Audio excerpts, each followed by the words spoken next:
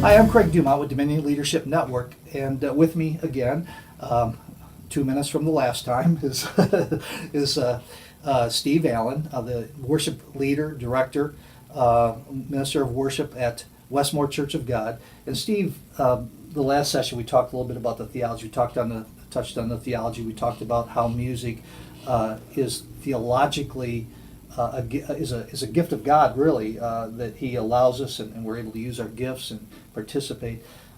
We talked about how much emphasis the Bible puts on it.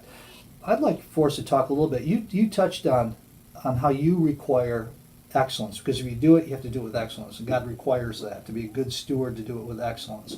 And if ever there was an area that maybe perhaps churches may just settle for something less, it's in the area of music when it really shouldn't. The Bible tells us that even David picked out people who were skilled with instruments, skilled in singing.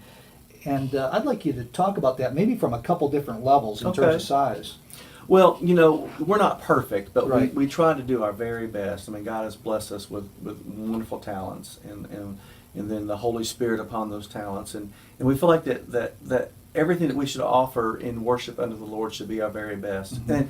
And I think the key to that is no matter how large you are, if you have a trio to a choir of 500 voices, I think that music should be done with excellence and not a distraction. Mm-hmm. I emphasize it to the choir and to the musicians is that I don't want to do anything that would cause a hindrance or a distraction to get somebody's eyes off of the Lord. Mm-hmm. And that's with somebody singing out of tune. I mean, that's a distraction. A distraction is a clarinet playing in the wrong key, mm-hmm. or a violin and making a bunch of screechy notes and different things that are not, that's a distraction to someone sitting there thinking, ooh, what's going on? And they get their eyes off of entering in and worshiping the Lord. Mm-hmm. When I graduated from Lee, I did an internship at a church up in Kentucky, and it was a great church, and they had about 25 people in the choir, mm-hmm. and 20 of the people were altos, and so the other 5 were just people who sang whatever, the melody. And so here I am, right out of school, and I'm learning how to, put the script together and everything, and there are some different things you can do, and what they have is called the split track. And the split track is, may not have the musicians to play, may not have the right singers to sing, but we can sing along with that split track. And if we need more voices, you can pull that up a little bit more. If you need more musicians, you can pull that up a little bit more. And so that helped us out tremendously. And everybody said, man, the choir never sounded better. It was so wonderful. And we were able to blend in those voices and not just have 20 altos singing that part. Wow. That's called a split track. And it's real common in the music industry today.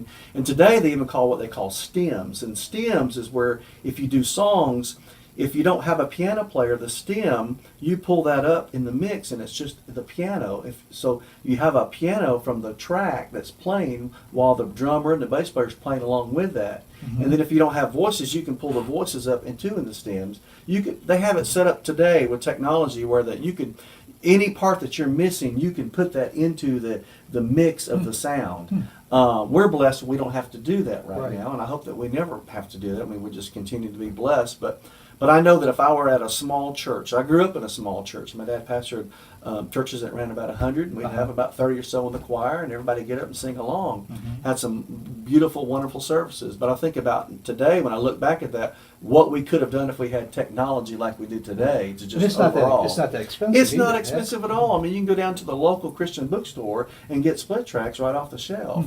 And it's a big blessing to help churches that are real small, that are in need of, hey, I want to step it up. I want to just take it to a different place of excellence. Mm-hmm. And I recommend going on YouTube and letting your musicians, letting your singers hear other churches and let them see what they're doing. Say, hey, we can do that. We just got to practice a little bit, make it better, because we want to offer and give the very best we can to the Lord. Mm-hmm. So I hope that maybe can help you a little bit with understanding that. But it's important that God gave us an ability, but we need to practice. I don't want to say, y'all pray for me. I didn't have time to practice today, but I'm going to sing unto the Lord. Well, I think that's really a slap into the Lord's face. You say, be kind of like the pastor can say, hey, I haven't had time to study or pray, but you're going to get a Saturday night special, this morning, Yeah. So I think it's important that, before you sing a solo or do something, you need to practice and get in front of the mirror and practice singing what people are going to see, what it's going to look like, what's going to sound like.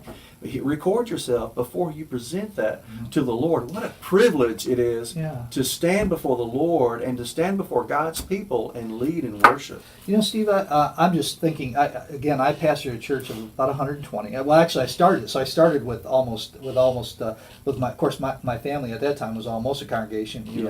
All the kids I've got, but. Realistically, we started with just a handful of people, and it grew from there. And I was fortunate because within that small group, we were fortunate because we had a very talented keyboard player. Good. That helped us a lot. And actually, we were a little bit more help because she had a keyboard that you could plug in. Back then, it was, I don't know, these cassettes, and you could get this whole orchestra. Right. It was pretty amazing, and so. But we weren't. I would say this: that we weren't as intentional. Looking back, as she probably had all the gifts and the talents that was needed to take that up a level or two. Right. I wasn't capable of thinking in those terms back then. It took me a while to do that. But in terms of in terms of someone that is going to take on the music, if there's going to be someone that comes in, if it's whether it's a pastor or if he can identify someone. They really need to invest some time in letting that person be trained or to learn what they want to do, right? Right. Well, a couple of things there. I think that, I think as the pastor and the leadership of the church, I think if they find somebody that they really want to be the key musician, is that they should invest some money or some time or something into that person to help them. Even if you buy them a subscription to a magazine, a music magazine or something to help them that they can grow in, or send them off to a conference or something to help them grow in that field. I do think that a pastor should be clear with the music leadership team and say, hey, this is what I need. This is really what I expect, and I want you to help me get to this place of worship.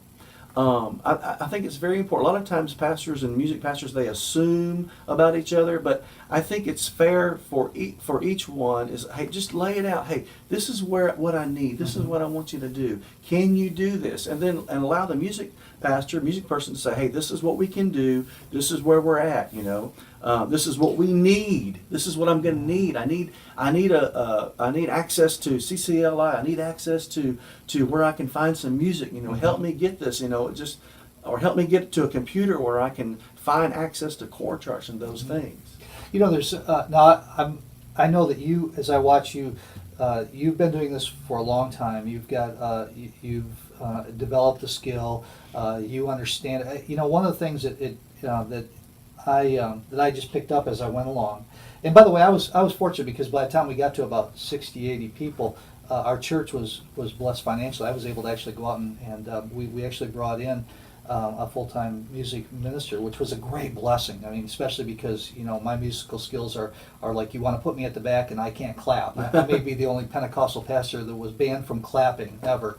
But with that said, one of the things that I did learn over time, and I've noticed that you do this so well, is that the leader does have to lead. So many times I've noticed, especially in smaller churches like mine, when I did, we tend to get, the worship leader has the songs, has the music, but he gets lost in his own individual worship and then fails to draw them in. I've noticed that you are obviously worshiping, but you are aware. I don't see you taking your eyes off the congregation for long periods. You're drawing them in. It's very important. You can't lead somebody somewhere you haven't been. Yeah. Okay. So I've got to be in prayer, prayed up, and just in tune with the Lord, in tune with the pastor of what he wants and what he expects.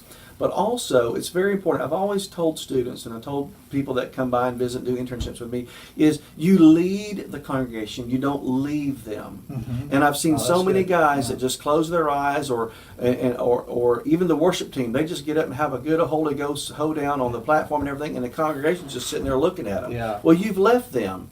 And so what you got to do is you lead them, and you gradually lead them, but you don't leave them. Uh-huh. And you stay right there with them, and you as you lead them in worship. And I hope that makes sense. No, it does, because I think, in fact, I really like that. You lead them, you don't leave them. And I think that's a great way to summarize it, because that's what I've noticed. I've seen people without an intentional desire to do it. They just transition from a leader to basically a performer or their own individual. And Right. when you think about that, you're there for corporate worship, not individual worship. You're there all sing the same songs. You're all going the same place, and I've watched you. You definitely are leading the people, but you aren't leaving them. I've watched mostly because of my own personal desire to learn myself, and you don't take your eyes off the congregation very often. There's this way that you have of sweeping around and watching, and I've appreciated the fact that you do draw them in, which makes it so much easier. You know, but God has anointed me. There's a lot of things that have just been naturally that He has given to me that you know, no one ever just sat down. You do it this way, do it that way, and you know, I'm just so thankful and grateful to the Lord, and how that I just try to be sensitive to people. Sometimes I can be a little too sensitive on Monday mornings after Sunday, you know. But I just want to try to be in tune of what God would want and what His people, how they would respond in worship. And I don't know how else to say that. I mean, no one just ever, you know, gave me a book and said, this is how you do it. I've just really... So really, it is the identification of a gift and a calling. It's definitely a gift and a calling. I have to remind myself that God called me, because I can be intimidated when I look out into the congregation and I see, you know, all these lead professors and all these degrees that are so much more than what I have and everything. But I have to remember, God called me to be the worship leader, and I'm the one that's leading, that He's asked me to lead them in worship today. And when I remind myself of that, and that God reminds me of that, then I know that, hey, He's called me and I can lead them in worship today. It's not me, it's Him. Great. So kind of summing it up real quick, because I don't want to take up too much more of your time. So if you've got, let's say, a church of 80, actually that's pretty typical. That's about Very- about 80% of all churches. The average, yes. The pastor, maybe the council or elders, they're saying, you know, this is an area, it's important. We're probably not doing it as well as we could. We want to take it up. We're not going to be Westmore, but we definitely want to do something the very best that we can do it.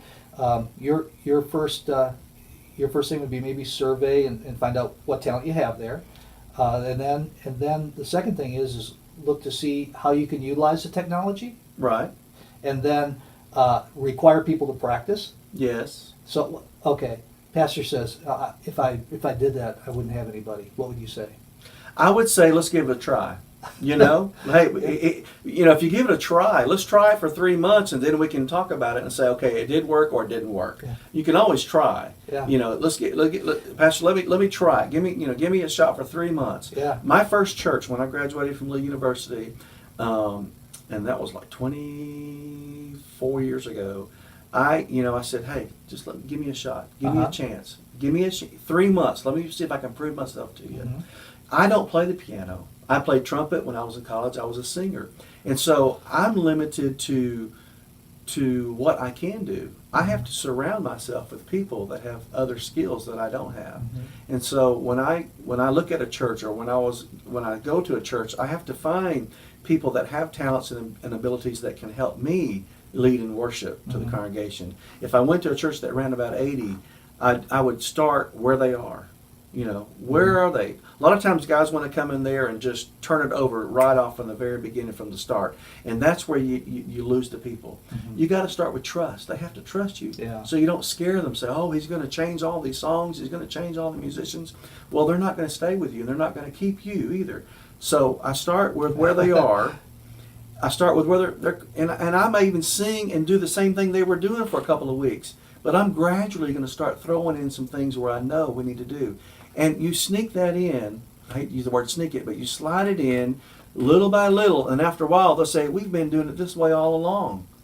But when you look back, hey, over the last several months, we've changed. You know, the musicians have changed. The songs have changed. Where we're going has changed. The style, the music. I mean, worship has become more free and open.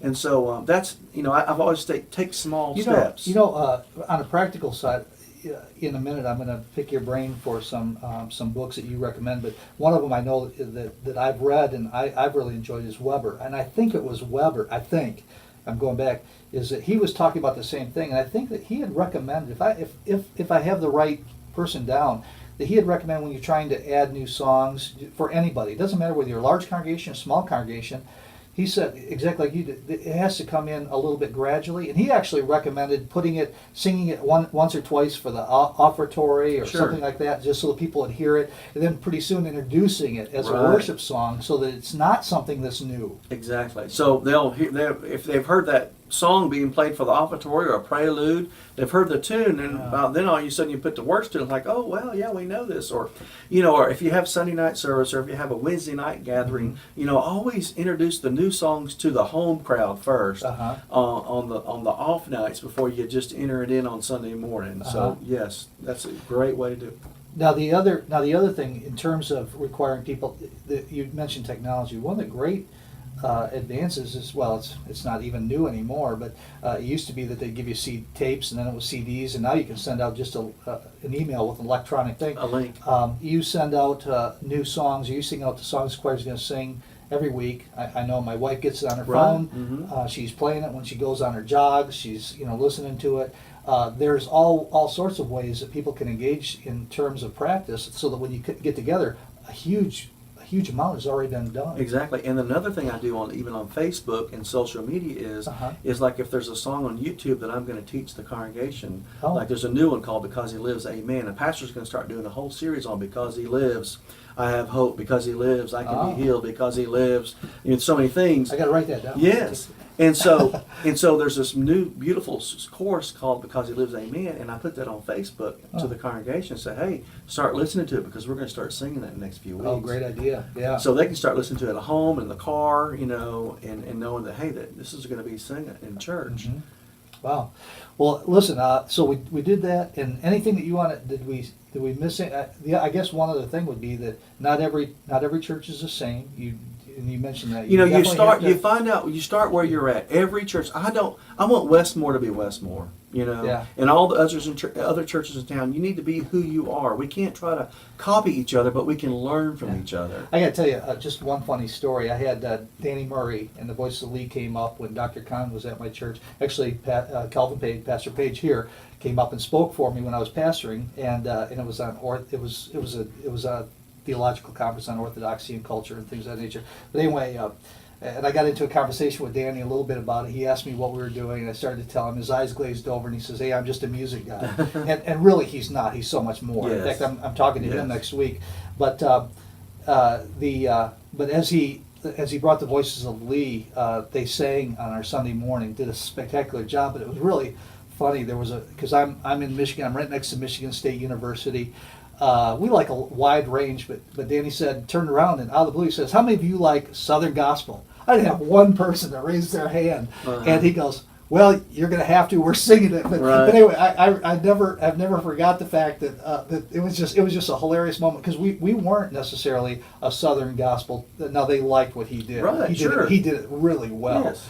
But every church is different. Every church is different. and that's something important. You can't just force feed something. That's exactly right. Yeah, so- Find out where they are and what they're doing and what they like. Yes. Well, great. Well, thanks, Steve. I appreciate it, and we'll be back in just a minute with his book recommendation. Okay.